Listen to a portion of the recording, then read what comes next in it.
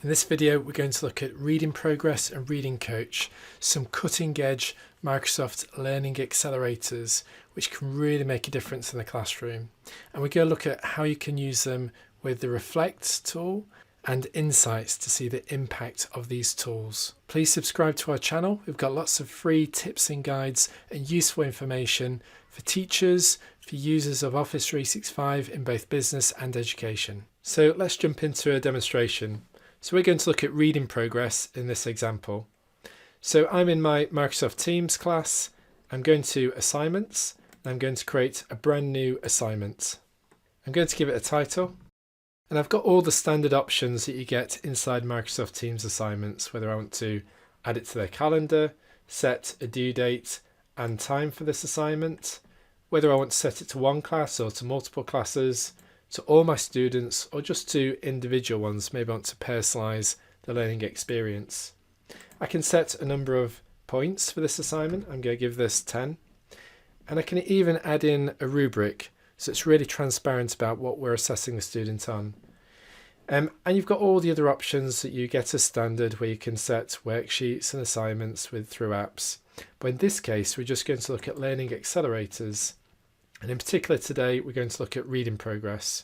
At the moment here, you can see I've got reading progress, I've got search progress, and eventually you'll also see maths progress on here as well. I'm going to select reading progress, and it prompts me to either import from Word or PDF some sample text, or I can browse the sample library. Soon you'll also see the option for AI to generate a passage for you. I'm going to use the sample library. And you can see we've got different stages that we can use this on, so different year groups. I'm going to choose A Baby Polar Bear Grows Up. So this puts the passage inside the Teams assignment. And I've got options down the right hand side to set this up. So I can set a reading level. So maybe you want to tag some of these assignments with a particular level that student's on. I can set a genre, fiction, non-fiction. I can select the number of attempts that I want the student to have on this assignment. So if I only want them to try it 3 times, I can select that there. In this example, I'm going to leave it as unlimited. I can set a time limit. So if I want to speed up the reading over time, maybe set them a challenge, I can set the number of minutes I want them to take on this reading passage. In this example, I won't set a limit. I can set the sensitivity, so maybe for younger students you want to make it less sensitive. Maybe older students you want to be a bit stricter and set it to more sensitive. I'm going to leave it as default. Now this is where the coaching component comes in. So this is reading progress, but we can actually enable the coach within this assignment. And this is a place where they can practice the words that they struggle with. So I can decide which tools I'd like the student to access. I can give them the option to play the word. Atmosphere. I can give them the option to stretch the word, or even show a picture representing that word. I can choose what voice I want to use with the students, and there's different voices available. Atmosphere.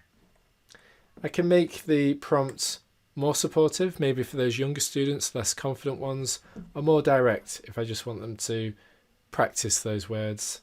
I can also add the option to add comprehension to this. So I'm going to turn that on, and I'm going to add a question to this comprehension. So this is using Microsoft Forms, and I've just created a really quick quiz for them to complete as the comprehension. What you might have also seen, there was also a button on that page to enable video, and I'm going to leave that on because sometimes it's great for students to see how they read it out, and also it's good for the teacher to read the body language as they're reading it out as well. So it might be something you want to keep turned on. So I'm going to select next, and I can just assign this then to that class. So this is a student view.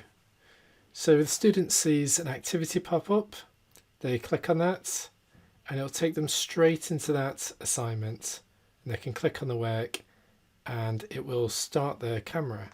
They have to allow that. The student can then gets a countdown and can try the passage. Polar bears live in ice and snow. A polar bear baby is a cub. Let's skip to the end of this passage. Now the cub can live by itself. When they're finished, they press they're done. They can watch it back, they can try it again. When they're happy, they can use that recording and send it to the teacher. Afterwards, it's going to pop up with the reading comprehension. They need to answer those questions and submit it to the teacher. Now this is where we've enabled Reading Coach, and it's popped up with words that they've struggled with and prompts them to practice them. So the student selects a word and they can play it out through the speaker and they can have a go. Shows. And if they get it correct, it'll mark it as green and they can move on to the next one. In this case, they're going to use a picture to see what it looks like and try again. Hunt. The student can have a go at all those words if they want to. And when they're happy, they can go to their assignment and they can hand it in to the teacher. Let's go back to the teacher view. So I'm logged in as a teacher now and I can see the reading assignment that I've set. I can go into it, I can see somebody's handed it in. So I can go into that and you can see that AI has automatically graded this piece of work. I can see the accuracy rate, I can see any words that weren't pronounced right, insertions, omissions, repetitions, self-corrections, and I can even click on one of these words and jump straight to that word in the video. Now in the settings here at the top right, I can turn off the auto detect and this will let me mark the work myself. I can mark anything that's wrong manually. In this case, I'm going to leave it turned on. And I can change the detection rate. So I can be a bit more stricter. And again, we'll see it's a bit more picky with what words are shown as being incorrect. I can return a full report to the student, or I can make maybe a simplified report if it's a younger student. So the full report will include everything that I can see, but simplified reports will remove some of those and just make it much simpler for them. And I can also see the progress over time. So if I go into here, I can see how well the student's done in previous assignments. I can see what words really challenges them across all of their assignments. And if I wanted to, I can always create a reading challenge assignment based on those words. I can see the average words per minute. So have they improved over time, or their accuracy rate? And I can compare that to the class average. And I can also see some pair-sized phonic rules. So is there a particular phonics rule they're getting wrong on a regular basis? And again, I can create a reading challenge based on that phonics rule, and it'll create words that use that sound. So some of the other options in here, I can see the expression. So maybe this is better for your older students who may be practicing the way that they read this. I can see the extended pauses and if they've rushed their reading. I can see the comprehension answers to the quiz that I set, so I can see that the student got this one correct. And I can give them some official feedback, I can give them some points, and if I wanted to, I could even record some video feedback for the student. So rather than just reading my thoughts, I can actually record a video, make it more personal for that student, make it easier to understand, and I can submit that back to the student. So I'm now going to take a quick look at Insights and how you can use that with the Learning Accelerators. So Insights in my class shows me the overview of everybody across the entire class. So I can drill down to an individual student if I want to. In this example, I can obviously look across digital activity, assignments, reading progress, reflect, search coach, and I can see all these spotlights. Is there anything I need to take particular attention to? As I scroll down, I can see the progress over time, the words per minute average. I can see the mood trends from those reflect check-ins. So maybe it dips a bit during the examination period. And again, I can be sensitive to that and change the way that I teach to accommodate those students. I can see the top emotions in my classroom and maybe highlight me to any issues. I can see the average grade trends over time. And there's lots of other information here as well, such as have students worked early and late? Do I need to consider their well-being if they've been working after 9 p.m. at night, especially if they're a primary school student? And as I scroll down, there's all these other options on here as well. I'm going to break it down into the reading progress information.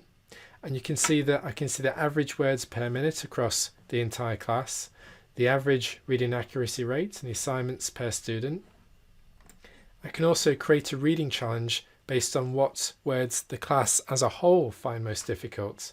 It might even determine what your spelling test is going to be for that week.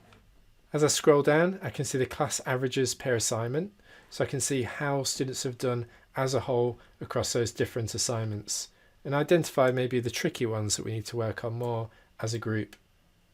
I can see the average words per minute, so hopefully that's going up throughout the year as a class, and the accuracy rate as well.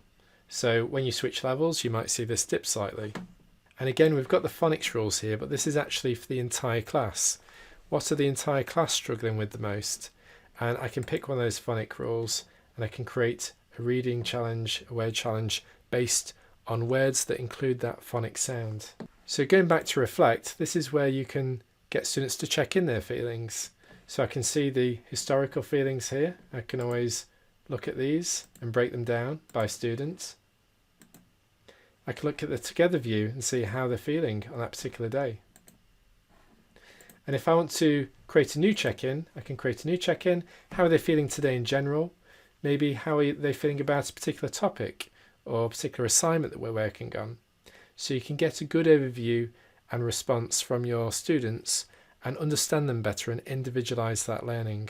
So we've seen insights at the class level, but there's also insights available at a much higher level as well. So we can see the different classes that we teach, but if we switch it to the organisations, we get a good overview. Maybe if you're in the same tenant, it might be a whole Ministry of Education for a country. We might want to drill down into that Ministry of Education and into all the primary schools. And again, I can compare the reading progress accuracy at this right hand side across all the different schools. And I can drill down into those schools if I wanted to in terms of reading progress, so I can see how the schools compare. I can drill down another level, so I can drill down into an individual school and I can see the reading progress across the different year groups within that school. So you get a really good breakdown, and again, as a senior leader, you can determine what is working best, which schools are working with the best results, and you can make decisions and policies based on that data. And this all feeds into the big Microsoft Data Lake, where you can do even more custom queries. And all of this is free for all education institutions around the world with Microsoft 365. I hope you found this useful. And if you're interested in getting School Data Sync set up and you need us to help you with your Microsoft 365 user adoption rollout, then please feel free to get in contact either through our email address, by giving us a call, or contact us on our website. I hope you found that useful today.